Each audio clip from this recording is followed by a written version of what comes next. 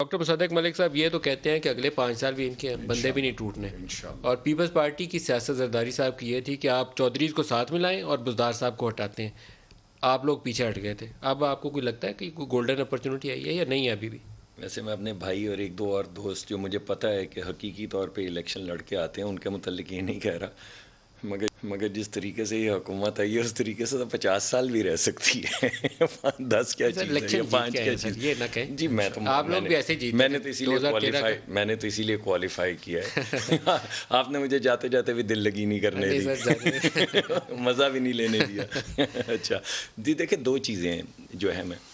ایک تو یہ ہے کہ جو گریٹر ڈیزائن سٹرکچر کیا جا رہا ہے نا، اس میں بھی بات یہی کی جا رہی ہے کہ فیڈرل گورنمنٹ کو مت چھیڑ چھاڑ کرو، پروونس کی طرف رجوع کرو. ہمارا یہ خیال ہے جی، ذاتی خیال یہ ہے کہ ان تمام چیزوں کا مقصد یہ ہے ہمارے خیال میں، جو لوگوں کے اوپر مہنگائی اور غربت کا بوجھ آیا ہے وہ وفاقی پالیسیز کی وجہ سے آیا ہے.